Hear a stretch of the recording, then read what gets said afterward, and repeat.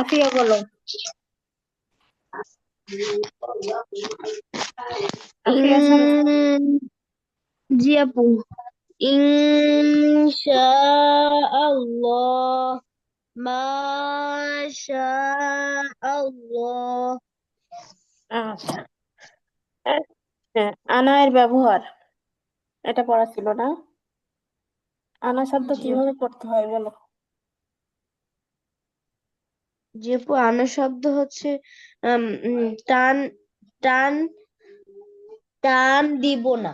আর আনা বা আনা বা আনা আনাবু, আনামিলা, আনাসিলা, এই চার। এই আর মুখস্থ আনা করলে বাদে হবে না, সব উচ্চারণ ঠিক করো আগে। শব্দ কয়টা বলছো সব ভুলই বলছো। আনা বা আনা বা আনা বা আনা আনা বু বু বু আনা আপু, প্রাণ আমি দাও। বলি আনা ও তেনালি প্রাণ হবে, কতদিনও করছি।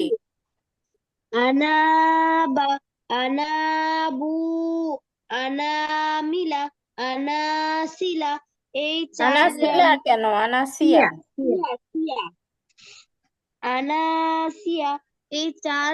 আর আনা বাদে সব আনায় টানা মানা। আচ্ছা, তো আফিয়া ভুল পড়লে কেন শুরুতে? 2 দিনের পড়া ভুল করলে হবে? গতদিন পারো নাই বলে আজকে আবার পড়া দিছিলাম, আর আজকেও সেম ভুল করলে। আচ্ছা আফিয়া বলো তো, এইখানে আমরা কয় লিপ টান দিব? এখানে? পুরোটা কি নুন? হ্যাঁ, নুন আলিফ জবর। কয় লিপ টান হবে এখানে? না, একালিপ। কেন এক আলিফ টান হবে? না, কোনো আলিফ টান হবে না। হ্যাঁ, টান হবে না কেন? এই যে আনায় কোনো সময় টান হয় না। হ্যাঁ, মাশাআল্লাহ, এটাই শুনতে চাচ্ছিলাম। তবে যদি আনা বা আসতো তাহলে কি টান হতো? হ্যাঁ, চার আলিফ না না, এক আলিফ টান এক আলিফ, হতো। এক আলিফ টান। আনা বু, আনা মিলা, আনা সিয়া, এই চার আনা বাদে আর সব আনা টানা মানা।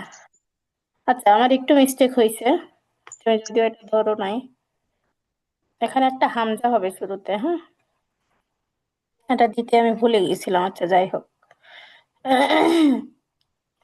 জান্নাত আপু বলেন, আনার ব্যবহার বলেন।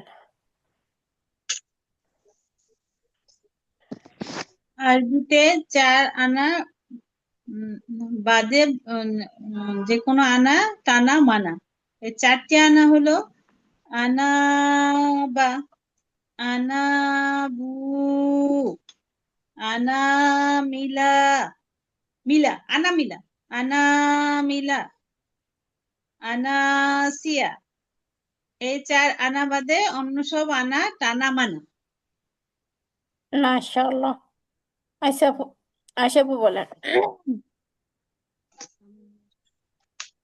আসসালামু আলাইকুম। আনা বা আনা বু আনামিলা, আনাসিয়া, এই চার আনা বাদে অন্য সব আনায় টানা মানা। আচ্ছা, মাশাআল্লাহ। এখান থেকে পড়ে যান আপু, এই যে উদাহরণগুলা এক নজরে পড়বেন, কতদিনের পড়া কিন্তু স্পিডে পড়বেন এখান থেকে। ওয়াত্তাবি এর আগেরটা পড়েন, সাবি আগে আর একটা উদাহরণ আছে না, এখান থেকে আপু। ও ওয়ালা আনা আনা আবিদুনা টান হবে আপু, আনা টান দিলেন যে।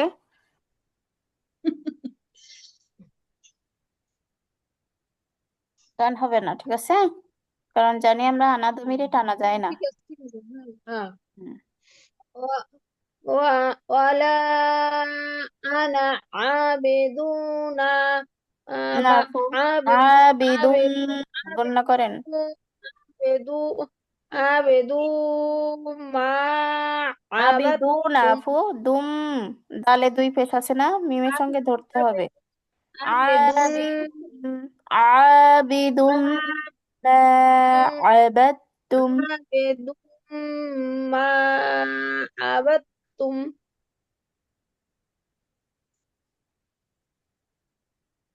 জি তারপর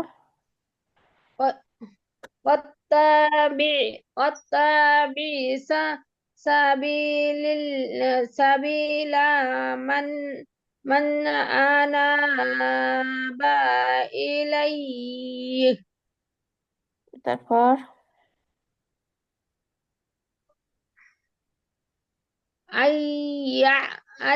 يعبدوه আই আরেকটু সুন্দর করে গণ্য হবে আপু। আই أي ইয়াবুদুহা। أن يعبدوها وأنابوا إلى الله জি তারপর وإذا وإذا خلوا عدوا عليكم না আপু عليكم আলাইকুমুল। عليكم الأنابل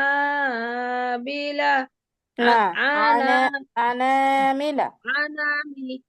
أنامل من الغيظ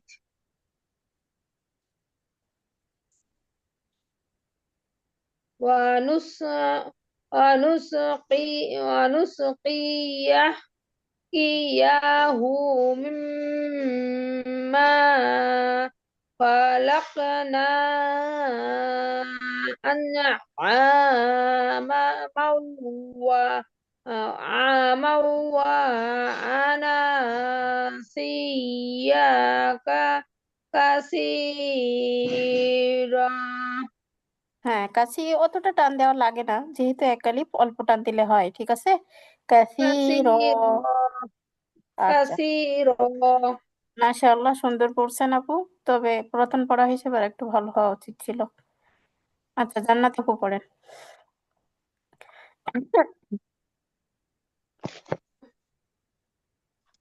বিসমিল্লাহির রহমানির রহিম। ولا أنا ولا أنا عابد ما عبدتم হ্যাঁ, এই যে ওয়ালা, এই টানটা কিন্তু কম হয়ে গেছে আপু, এটা মাধ্যম মুনফাসিল আসছে না, এখানে কিন্তু তিন হ্যাঁ, আলিফ টানতে হবে। তবে খেয়াল রাখতে হবে ولا আনায় যেন কোনোভাবে টান না হয়। ولا أنا عابد ما عبدتم আবাদতুম। ما عبدتم হুম।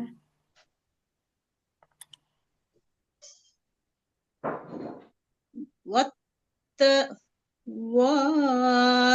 واتبع سبيل من أناب إلي أن يعبدوها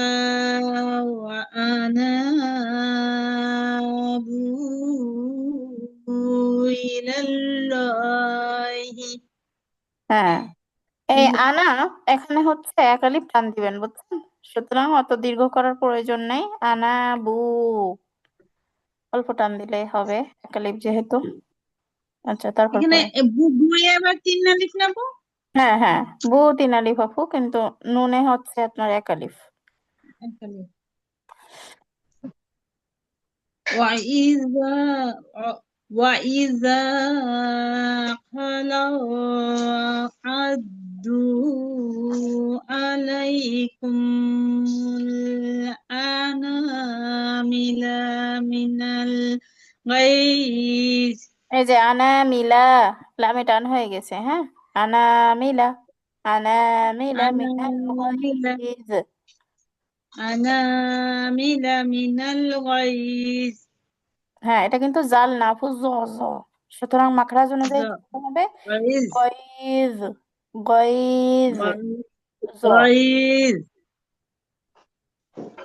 তারপর ونسقيه مما خلقنا أنعاما وأناسيا وناسيا كثيرا হুম وأناسيا كثير সা নরম করে হ্যাঁ كثير كثيرا মাশাআল্লাহ আফিয়া পড়ো وناسيا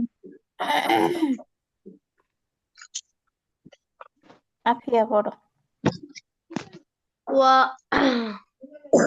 ولا أنا عابد ما عبدتم واتبع سبيل من أناب إلي أن يعبدوها وأنابوا إلى الله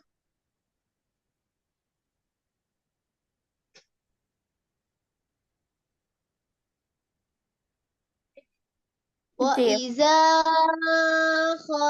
خلوا عد عدوا عليكم الأنامل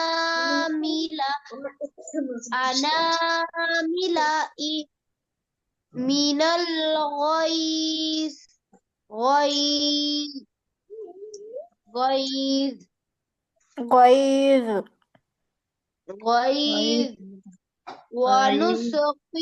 ونسقيه مما خلقنا أنعاما এই যে وأناسيا আনআমা كثيرا আফিয়া ঈদগামে বাগুন্না مو বাজবে একটা হ্যাঁ মাউ গুন্না করতে হবে مو أناسيا كثيرا কাসি সি কাসিরো কাসিরো كثيرا নরম করে হ্যাঁ كثيرا আচ্ছা এখন এটা আমরা একটু দেখে রাখি এখানে অনেক সময় আমরা মোসাব্বায় পড়ে যাই যে এই যে এই আয়াতটা এখানে খেয়াল করো সূরা মুলকের 9 নম্বর আয়াত হ্যাঁ এখানে কি বলছে এ জাতীয় শব্দ মূলত আনা নয় এখানে দুটি শব্দ রয়েছে তা লম্বা করে পড়তে হবে যেরকম দেখো এটা যদি আমি পড়ি قالوا بلى قد جاءنا نذير نذير থামলে নাজির আচ্ছা মূল বিষয় হচ্ছে এইখানে খেয়াল করো জাআনা হামজা জবর আ জাআনা এখন পবিত্র কোরআনুল কারীম টান তেলাওয়াত দিলাম কেন করতে আমরা? সেটাই তো ব্যাখ্যা করতেছি খেয়াল করো পবিত্র কোরআনুল কারীম তেলাওয়াত করতে যেয়ে অনেক জায়গায় দেখবা এরকম আসে হামজা জবর আ নুন আলিফ জবর না তো এরকম যদি আসে তাহলে কিন্তু টান দিতে হবে কিন্তু খেয়াল করো টান দিবা না কখন যদি এই যে হামজা জবর আ আলিফ থাকবে নুন আলিফ জবর না এখানে টান হবে না কারণ এটা জমির কিন্তু এটা কিন্তু শব্দের মধ্যে দেখছো এখানে কিন্তু আমাদের টানতে হবে এই নাতে জাআনা হুম আলিফ জাআনা থাকলে সামনে আলিফ থাকলে তখন হ্যাঁ টানা হ্যাঁ যাবে না, টানা হামজা যাবে না থাকলে টানা যাবে। হামজা থাকলে টানতে হবে ঠিক আছে তাহলে এটা একটু আমরা মনে রাখি না হলে দেখা যাচ্ছে আমরা পড়ছি যে আনা টানা যাবে না তাহলে মনে হয় এখানেও টান হবে না এরকম মুসাব্বা আসতে পারে যার কারণে এটা ক্লিয়ার করলাম এরকম থাকলে এটা টানতে হবে কিন্তু যদি আনা জমির এই যে আলিফ জবর আ আলিফ হিসেবে তো ছোটবেলায় আমরা এটা চিনছি তাই না এটা যদি থাকে তাহলে আমাদের কি করতে হবে এখানে টানা যাবে না কিন্তু যদি হামজা জবর আ নুন আলিফ জবর না এরকম থাকে তাহলে আমরা কি করব সেখানে বলেন তো আপুরা কি করব টান দিব টান নাকি দিব, হ্যাঁ দিব হামজা থাকলে টান দিব। হামজা আনার আনার শব্দের আনা নুনারের যেমন না, হুম আটা যদি হামজার উপরে হয় তাহলে টান হবে, আর যদি আটা নুনের উপরে হয়, এই আলিফের উপরে আলিফ হয় আলিফ তাহলে টান হবে না। হ্যাঁ হ্যাঁ হ্যাঁ, এই তো বুঝছেন যদি আহ, আচ্ছা এই আনার লাইনটা পড়েন জান্নাত আপু এখান থেকে এটা পড়েন এই লাইনটা এই যে এই লাইনটা তাই না? আমি এখনই পড়লাম قالوا قالوا قد না বালা قالوا بلى قد جاءنا نذير قالوا بلى قد جاءنا نذير নাজির নাজির কয়ালি প্রাণ বলেন তো আপু। জেরের জেরের তিন আলিফটা হ্যাঁ মাদ্দে আরজি আসছে এখানে। আচ্ছা আয়শা আপু করেন।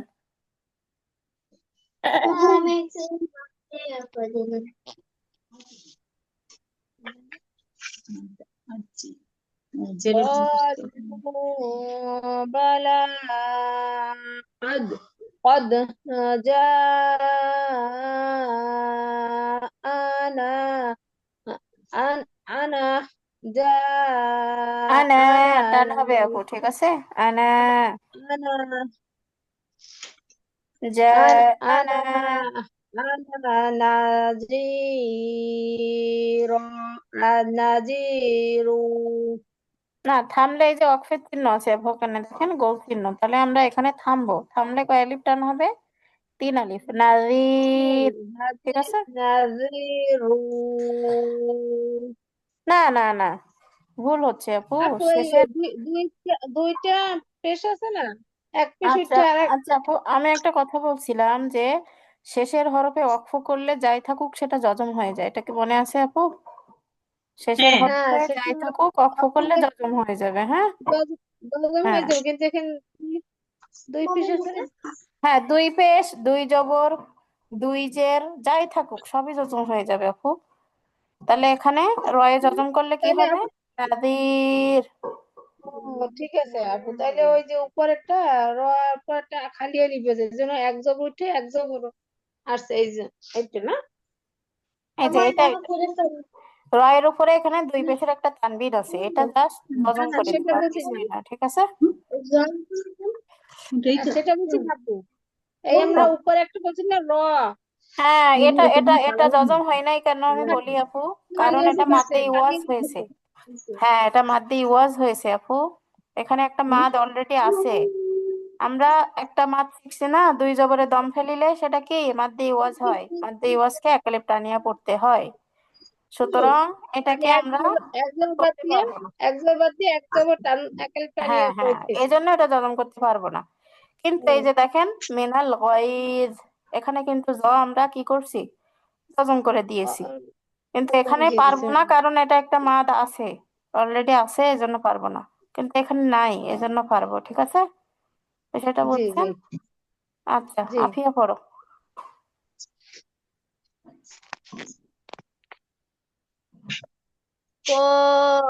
قالوا بلى قد جاءنا نذير মাশাআল্লাহ। আচ্ছা দেখো এখানে কি তাহলে আমরা টান দিয়েছি না দেই নাই বলো তো? দিয়েছি আপু। আহ তাহলে এটা যেন আর ভুলে না যায়, মনে রাখবো আমরা, হ্যাঁ। আচ্ছা মাঝে মধ্যে আপু আপুরা আমাকে প্রশ্ন করতেন যে আপু আপু এইটা আমরা একটু একটু ব্যাখ্যা করবেন বুঝি নাই আপু, আবার একটু বলবেন। আপু, এই যে আনা, এই যে টানছি, এটা একটু ব্যাখ্যা করবেন, আমি একটু বুঝি হ্যাঁ না এটা। আচ্ছা ব্যাখ্যা করতেছি আপু। কথা হচ্ছে আমরা শিখছি প্রথমে আনাবা, আনাবু, আনামিলা, আনাসিয়া, এই চার আনা বাদে আর সব আনা টানা মানা, এটা শিখছি না, মানে এই চারটা জি টানবো আর বাকিটা টানবো না, এটা কথা ছিল। জি কিন্তু জি এখানে এসে আবার আমি বলতেছি আপনাদের যে আপু এই আনাটা টান দিতে হবে। এখন আপনার প্রশ্ন জি কেন আপু, একটু আগেই তো আপনি বললেন যে টান দেওয়া লাগবে না, এখন আবার কেন বলতেছেন টান দিতে হবে? এটাই হচ্ছে প্রশ্ন, তাই না? আচ্ছা দেখেন জি এই যে আনাটা খেয়াল করেন, এটা কি আলিফ না? আলিফ জবর আ, নুন আলিফ জবর না, যদিও এটা কি আলিফের শুরুতে, এটাকে আমরা হামজা বলে থাকি, কারণ আমরা জানি আলিফের উপরে কোনো কিছু আসলে সেটা হামজা হয়ে যায়। আনা এটা হচ্ছে জি একটা জমির, এটা একটা জমির। হ্যাঁ এটার অর্থ হচ্ছে আনা মানে কি? আমি। এখন আনা মানে আমি, এখানে বাংলায় অর্থ হয় হচ্ছে আমি। এখন এই অর্থ অনুযায়ী এখানে হচ্ছে টানার প্রয়োজন হয় না, তাই আমরা টানবো না, ঠিক আছে? এই জন্য এটাকে টানবো না। কিন্তু পরের যে চারটা পড়ছি ওর প্রত্যেকটা হচ্ছে অর্থবহ একটা একটা, এই জন্য।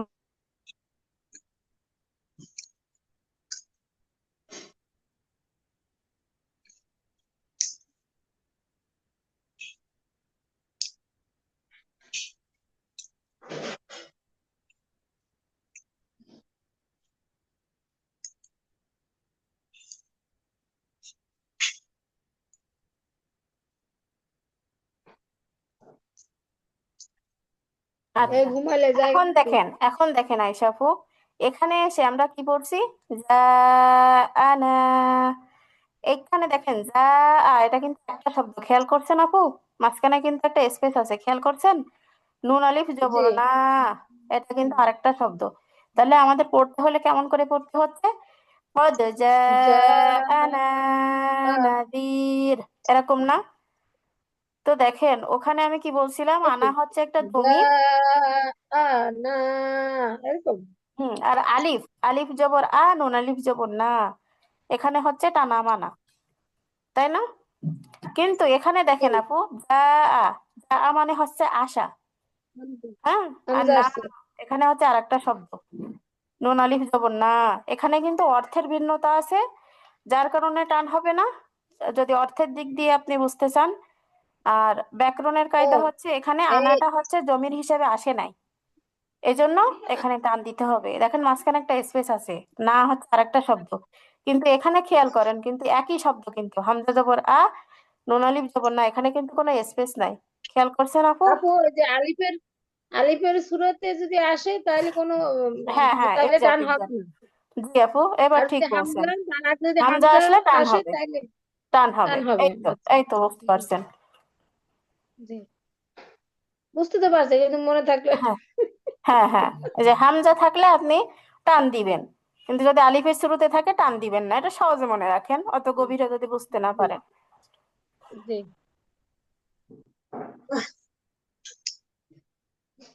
জি, আলহামদুলিল্লাহ। আচ্ছা, কোরআনে যতগুলো আছে বুঝছেন, আপনাদের সবটা কিন্তু আমি প্র্যাকটিস করিয়েছি। কোরআনে আপনারা এই যে জমির হিসাবে এই আনাটা দেখতে পাবেন। আর এই যে চারটা, আনাবা, আপু জমির কি? আনাবু, আপু জমির আনামিলা, আনাসিয়া, এই চারটা দেখতে পাবেন। আর একটা হচ্ছে যা আনা, এটা দেখতে পাবেন। মোট এই পাঁচটা কোরআনে আপনারা পাবেন। হ্যাঁ, সেই কয়টাই প্র্যাকটিস করিয়েছি, সুতরাং এই কটা মনে রাখলেই হবে।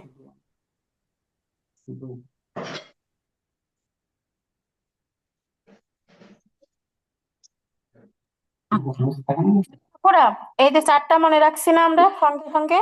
আনাবা, জি, আনাবু, আনাবি, আনামিলা, আনামিলা, আনাসিয়া, আনাসিয়া, এই চারটা। হ্যাঁ, আর একটা ব্যতিক্রম, হুম, সেটা কি? যা আনা, যা এটা মুখস্থ রাখলে রাখতে পারেন। আনা, এই কটা হচ্ছে ব্যতিক্রম, যা মানে আমাদের টানতে হবে। হ্যাঁ, আনা, এই ব্যতিক্রম যা হচ্ছে পাঁচটার বেশি আসবে না, আনা। এটাই হচ্ছে কথা, পাঁচটার বেশি আসবে না ব্যতিক্রম। আর কমন যেটা, এই যে আনা জমির যেটা, এইটা আপনারা কোরআনে অনেক জায়গায় পাবেন। তো এটা শুধু মনে রাখতে হবে যে টানা যাবে না। জমির অর্থ কি আপু? জমির কি শব্দ নাকি?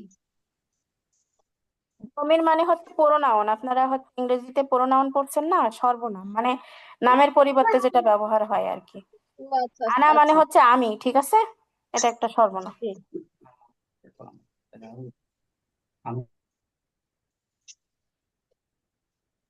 পবিত্র কোরআনুল কারিমে যত জায়গায় আমি অর্থ আসবে, সেখানে টান দেওয়া যাবে না, এই হচ্ছে কথা। হ্যাঁ, জি। এই জন্য এই আনা আমি জমিরটাকে আমরা টানবো আসলে না। আমি এ তো হয় না। তাহলে এটা নিয়ে কি আর আলোচনা করা লাগবে? আশা করি আপনারা বুঝতে পারছেন। না এখন না লাগবে না, কিন্তু মনে থাকলে দোয়া করবো। হ্যাঁ, মনে রাখতে হবে। এরকম আসলে আমরা টান দিব না। আর বাকি এই চারটা জায়গা শিখলাম। আর আজকে একটা ব্যতিক্রম শিখলাম কি, যা আনা, না, এখানেও টানতে হবে, এটা একটাই আছে বুঝছেন, সূরা মুলকের 9 নম্বর আয়াতে একটাই আছে। আচ্ছা, তারপরে আরেকটা নিয়ম শিখি আমরা।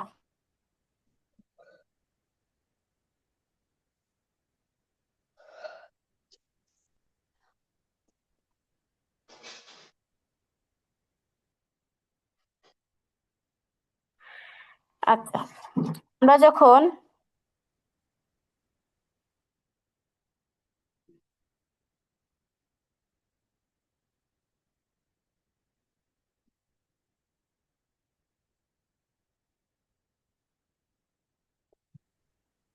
কিছু কিছু জায়গায় আমরা যখন প্রথমে নতুন তেলাওয়াত শিখছিলাম, আপনারা আমাকে প্রশ্ন করতেন যে আপু, আপনি তো শিখাইছেন যে জবরের পরে খালি আলিফ আসলে মাদের হরফ হয়, এটা ইহাকে মাদে তাবেই বলে, একালিফ টানিয়া পড়তে হয়। এরকম প্রশ্ন ছিল না আপনাদের? তাহলে আপনি কিছু ঠিক কিছু ঠিক। জায়গায় টান দেন, আবার কিছু কিছু জায়গায় টান নিয়ে না দিয়ে পড়েন। এটার কি কারণ? তখন আমি আপনাদেরকে বিস্তারিতভাবে ব্যাখ্যা করলে বুঝেন কি না, তবে সংক্ষেপে বলতাম যে হচ্ছে এটাকে আলিফে জায়েদা বলা হয়, অতিরিক্ত আলিফ। এটা লেখায় আসে, পড়ায় আসে না। এ কথাটা কি আপনাদের মনে পড়ছে? আমি আপনাদের বলছিলাম হ্যাঁ ক্লাসে। হ্যাঁ আপু, একদিন কথা হ্যাঁ, বলছিলেন। হ্যাঁ, হ্যাঁ, এটা এটা বলছিলাম। তো এটা একটু বিস্তারিত আমরা এখন দেখে রাখি, যাতে আমাদের এটা মনে থাকে। আগে তো শুনছিলেন, এখন চোখে দেখেন। চোখে দেখলে এটা আরো সুন্দরভাবে মনে গেঁথে যায়। আগে তো শুধু কানে শুনছিলেন, আজকে আমরা চোখে দেখবো এবং পড়বো। দেখেন, জায়েদাতুন মানে হচ্ছে অতিরিক্ত। জায়েদা বলা হয় অতিরিক্ত, হ্যাঁ। তাহলে আলিফে জাহেদা মানে কি? অতিরিক্ত আলিফ। অতিরিক্ত তো আলিফ। আলিফে জাহিদা অর্থ হচ্ছে একটা কি? অতিরিক্ত আলিফ। এতে লম্বা করা যাবে না। যদিও জবরের পরে আসে, তবুও কি এতে লম্বা করা যাবে না। এটি কোরআন মাজিদের মোট 24 জায়গায় আছে। আমরা এই আলিফে জায়েদাটাকে পবিত্র কোরআনুল কারিমের মোট 24 জায়গায় এটা দেখতে পাবো। তো এটা লিখতে ব্যবহার হবে। আমি যেটা বলছিলাম সেই কথাটাই, যে লেখার ক্ষেত্রে এই আলিফগুলো অবশ্যই লিখতে হয়, কিন্তু পড়তে ব্যবহার করা লাগে না। মানে পড়ার সময় এটা ব্যবহার হয় না, শুধুমাত্র লেখার ক্ষেত্রে হয়। তবে আরেকটা বিষয় হচ্ছে, আজকে আমরা মনে রাখবো, এতে ওয়াকফ করলে, ওয়াকফ শব্দের অর্থ কি বলেন তো অপুরা? ওয়াকফ মানে থামলে। থামলে। থামিয়ে যাওয়া। থামলে। তবে যদি এই আলিফে জাইদাতে আমরা থেমে যাই, তাহলে এক আলিফ লম্বা করতে হবে। কিন্তু আলিফে জাইদা যদি কোনো আয়াতের মাঝে বা শব্দের মাঝে আসে, তখন সেখানে লম্বা করা লাগবে না। ঠিক আছে? যেরকম দেখেন, আমরা এখানে একটু তেলাওয়াত করার চেষ্টা করি। কওয়ারির, কওয়ারির, খেয়াল করেন, এখানে কিন্তু এই যে আলিফের উপরে একটা যজমের চিহ্ন দেখবেন তেলাওয়াত করার সময় অনেক জায়গায় থাকে এগুলো কোরআনে। কিছু কিছু আলিফের উপরে এরকম একটা গোল চিহ্ন থাকে, এটা কিন্তু একটা যজমের চিহ্ন। ঠিক আছে আপুরা? যজমের 3টা চিহ্ন শিখছিলাম, তার মধ্যে এটা একটা। তাহলে এই আলিফটা হচ্ছে অতিরিক্ত আলিফ।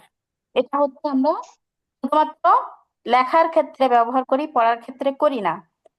এখন যদি এই গোল চিহ্নটা এখানে না দেওয়া থাকতো, তাহলে আপনি আর বুঝতে কষ্ট হতো, যার কারণে এই গোল চিহ্নটা এখানে দিয়ে দেওয়া হয়, যাতে আপনি এখানে কওয়ারি র আবার টান না দিয়ে বসেন।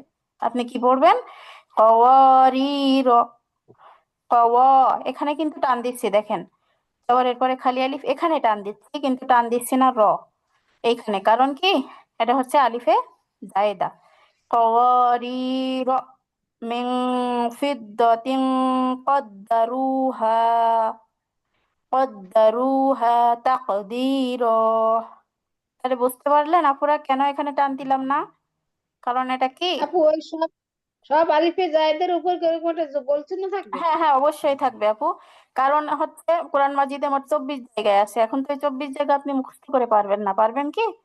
এটা তো সম্ভব জি না। না। আপনি তো আর হচ্ছে হাফেজ না। এজন্য জি। আপনার জন্য হচ্ছে এই চিহ্ন অবশ্যই থাকবে। ওটা দেখেই আপনি টান দিবেন না। আলিফের উপরে হুম। গোল চিহ্নটা থাকলে বুঝতে পারবেন যে এটা যজমের চিহ্ন, টানা যাবে না। এমনিতে আলিফে সাধারণত জায়েদ। যজম আসলে আমরা টানতে পারি না, তাই না? আর এটা তো আজকে জানলামই যে এটা আলিফে জায়দা। তাহলে দুইটা একসঙ্গে আমরা জানা হলো। এটা রি র, রি র, তাই হবে। র, তখন কি? র- রি র, র, রি র, মিন ফাদলা,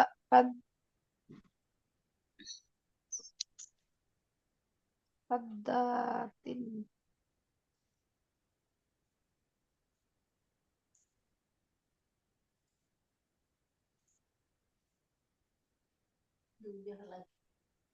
কি?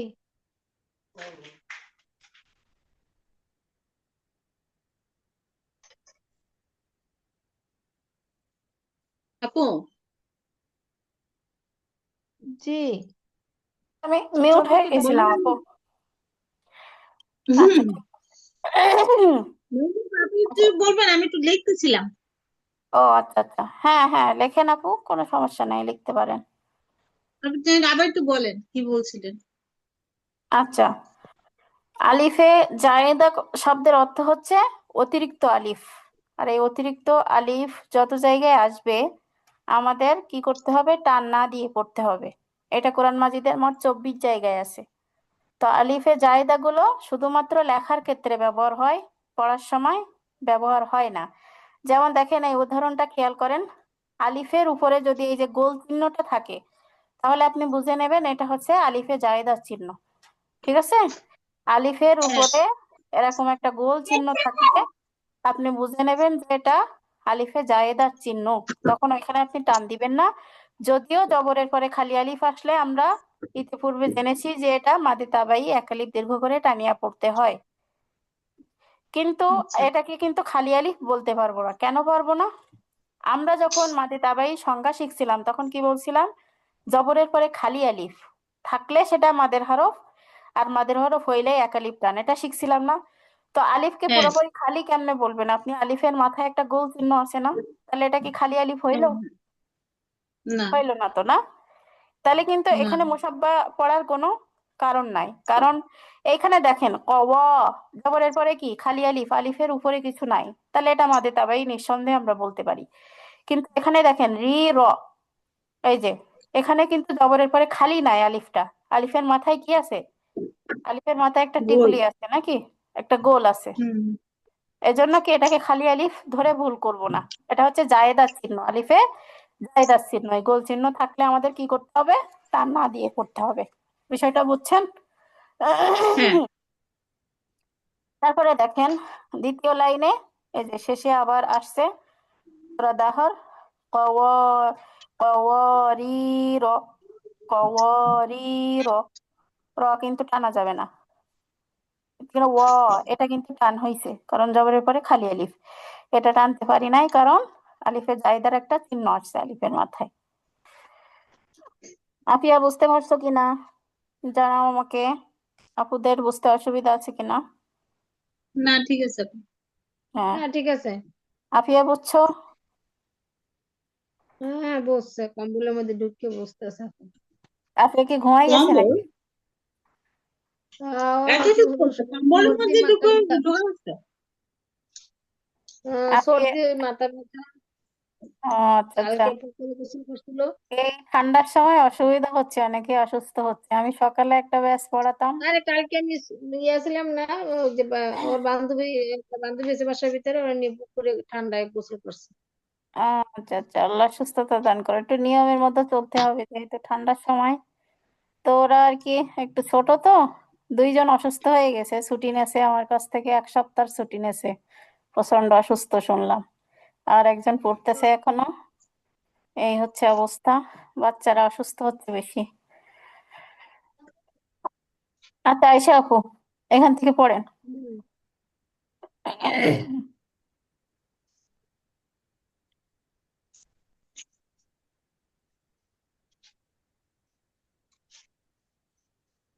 পড়েন উদাহরণগুলা। قوارير قوارير من من মিন হবে না فضة মিং হবে আপু, এটা বলেন তো। من من من من হ্যাঁ, গুণনা করেন, ইকফা من গুণনা। من من فض فضة টানা যাবে না আপু, ফিদ্দতিং, ফিদ্দতিং। فضة قد قد قدروها تقديرا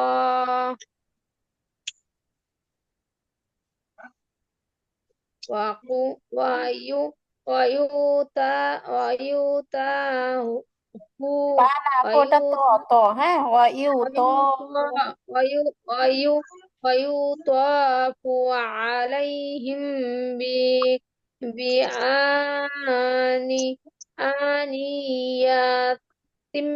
من মিন ফি হবে কেন আপু, এটা খেয়াল মিন করেন তো। মিন মিন হুম, ফিদ দাতিউ ওয়া আখওয়াবিন কা কানাত আকওয়া বিং ইকফা গুন্না আসছে না আবার? আখওয়াবিন বিং বিং অনেশ্বরের মতো হয়, ইকফা গুন্না, আকওয়া বিং বিং। বিং তাকওয়াবিন কানাত কাওয়া কওয়া কওয়া কাওয়া কাওয়ারির রির হ্যাঁ, শেষে রির টান হবে কিন্তু এখানে।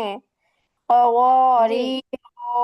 কেন হবে বলেন তো? কাওয়ারির আপু এই আচ্ছা, যে আলিফের জায়গা আসছে হ্যাঁ, আচ্ছা, এখানেও তো কওয়ারি র, আবার এখানে কি কওয়ারি র, তাহলে এই কওয়ারি রয় টান দিলেন না, আবার এখানে এসে কওয়ারি র একালিপ টান দিলেন, কেন বলেন তো? এখানে একই আপনি তো শব্দ, এখানে একই শব্দ, কিন্তু আমরা এখানে টান দিলাম না আর এখানে টান দিলাম, কারণ কি বলতে পারবেন? আপু এটা তো আলিফের জায়গা আসছে জায়দা আসলে কি টান দুইটাই তো হয় জায়গা নাকি আছে, হয় না আপু? হয় না? হয় না। টান হয় না হ্যাঁ, এখন আরেকটা জিনিস শেখেন, এই লাইনটা খেয়াল করেন। তবে আগেরটা আমরা বুঝছি, এখন পরেরটা শিখি। তবে এতে ওয়াকফ করলে, এতে মানে কি? এতে বলতে এখানে আলিফে যাবে। জায়েদাকে বোঝাচ্ছে, হ্যাঁ। ওয়াকফ করলে বা থেমে গেলে এক আলিফ লম্বা হবে। আলিফে জায়েদা যখন আয়াতের শেষে আসবে তখন ওটাকে টানে পড়তে হবে, কিন্তু আলিফে জায়েদা যদি এরকম আয়াতের মাঝখানে আসে, শব্দের মাঝখানে আসে, তখন ওটাকে টানা লাগবে না। বুঝতে পারছেন?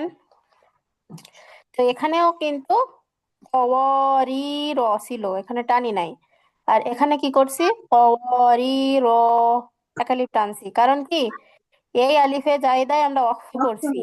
ওয়াকফ করলে ব্যতিক্রম, ওয়াকফ করলে টানতে হবে, আর ওয়াকফ না করলে টানা লাগবে না। টানা যাবে না। বুঝতে পারছেন? এটা একটু নোট কত নিতে পারেন, শর্ট নোট, হ্যাঁ, এটা ভুলে যেতে পারেন, এটা একটু নোট করতে পারেন পাশে খাতা কলম